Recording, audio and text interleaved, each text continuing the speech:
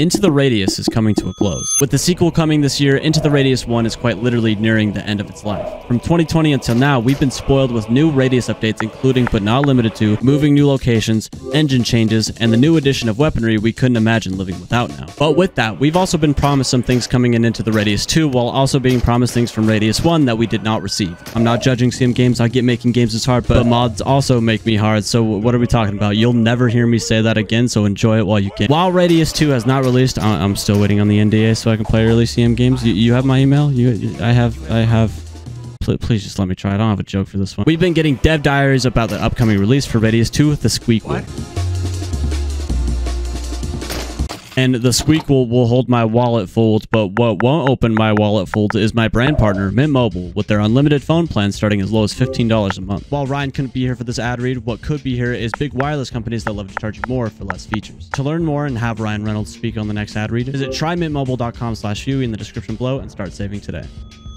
Into the Radius 2 has had 5 dev diaries as of the release of this video, but just like my Veil video, they'll probably release something as soon as I upload. Love you, XLabs and CM Games. With that, the biggest thing confirmed for Into the Radius 2, anyone who has played the first game has been asking for forever now, we've been officially confirmed to be getting another AK in Into the Radius 2. Hell yeah, boys. I knew we could do it. CM Games really listening to us.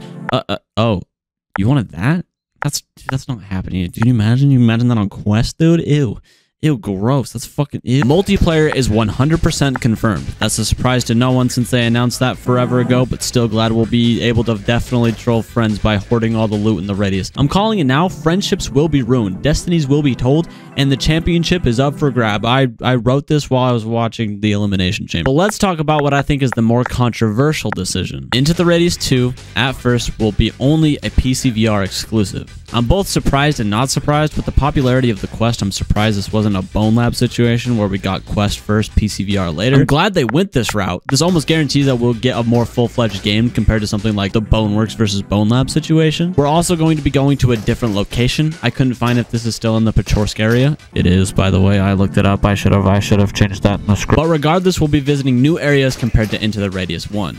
I'd love to see some Easter eggs that reference the original location, or even the location of Into the Radius 1.0, not Radius 1, 1.0 before we got the locations of today. I'm curious how the development of Into the Radius 2 focusing on PC VR first will hold up against the performance of the Quest 3, or if we're going to get a Quest 2 version that's just ported onto Quest 3. Into the Radius 1 already didn't look that great on Quest 2 with the graphical improvement on Quest 3, only improving it slightly. This will most likely contribute to some of the decisions made while developing Into the Radius 2. With multiplayer being confirmed, loot management between players is also something to wonder about. If it'll be managed like how it is in Minecraft with per save, or if your loot will travel between saves of the Radius. Either way, friendships will be broken. It's 3 AM and I'm still watching the Elimination Chamber. So I should have said Brass Knuckles, so that's what happened. Radius 2 will more than likely be my VR game of 2024, but this doesn't mean I'm not looking forward to. With Into the Radius, we had 4 main locations: Pervame Route, Balaki Village, Pobita Factory, and Kolkaz Zarya. Yeah, we also had the castle, but realistically, who loots castle besides the one mission there? I rest my case, Your Honor. We're moving back. With Into the Radius 2, it's confirmed that we'll be getting the same style of multiple maps split up by a loading screen. I wish it were something similar to the open world of Into the Radius 1.0, but regardless, I'm glad that we'll be able to explore new areas. The dev diary for the location states that these areas will be bigger than the 4 locations in the most recent version of Into the Radius 1, but smaller than the open world of Into the Radius 1.0. In terms of locomotion to these locations, I'm surprised we're getting a jump button this time. With Into the Radius 1, we've only been able to traverse upwards if we had a ladder or if we could simply walk upstairs. I imagine this will mean that we'll get some differences in how we find artifacts, for example, simply just because we can actually jump to new areas. I do hope to see some callbacks to the original layout of Into the Radius 1, something like a note saying how they heard of stories of an explorer visiting a factory long ago or something like that. Just do what Fable 2 did, alright, and just give me Fable 2 as a playable Easter egg and Into the Radius 2. With the weaponry, big thing that I saw was the ability to change the color of your gun, attachments, and more. Again, I'm curious to see if this will change anything statistically, like if a blacked out gun will be more stealthy than a gun without a skin or something like that. It's also a nice addition to see that we're getting rails on more of an angle than before in Into the Radius 1. That way we won't have to 360 trick shot no scope with the laser pointer because we have Shrek's ass sitting on top of our gun at all times. One note that I did see towards the end was that we're actually getting less guns than Into the Radius 1.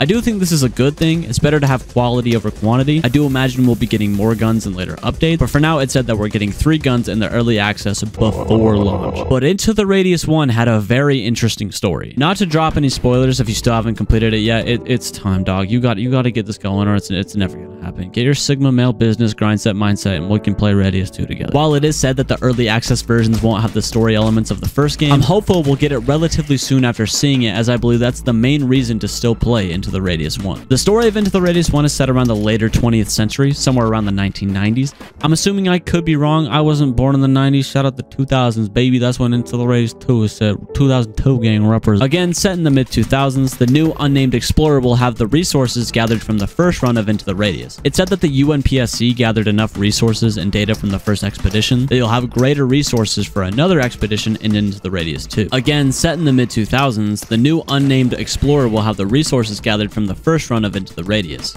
It said that the UNPSC gathered enough resources and data from the first expedition and that you'll have greater resources for another expedition and Into the Radius 2. With the multiplayer aspect, it'll be a similar style to how most games that are single player handle having friends around. Whoever is the host will be the main explorer, while the others will just be along for the journey. Sorry, babe, if you aren't the host, I'm gonna block you on Microsoft Teams. The main base you'll be going back to complete missions or repair your weapons will be generally improved due to the results of the first game. This is said to be that the first base was more shabby due to the UNPSC still finding reason to have explorers going on their expedition. Because of the resources and data gathered at the end of the game, the new base will be now more fully featured and have more ability to help you in the Radius. I know this will be a different story compared to the first game, but I wonder if this will still revolve around Katya, as she's played such a major role in the first game's story. Notes of Katya and the figures you see of her in game are littered around Into the Radius 1, so I wonder how far her reach really had on the greater Pechorsk area. Or if we'll hear stories of a Katya like we should be getting with the first Explorer. Look, if Microsoft hasn't made one in 10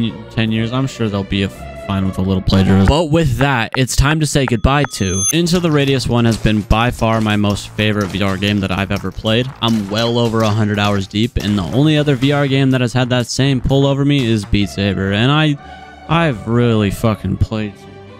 Thank you to our Mega Rich patrons, FunLol55, Retro, Tor Willem, Wes, June, and Only Mint. CM Games, I've gotten zero sleep over the last few days. Just send me an email. I'm so fucking tired.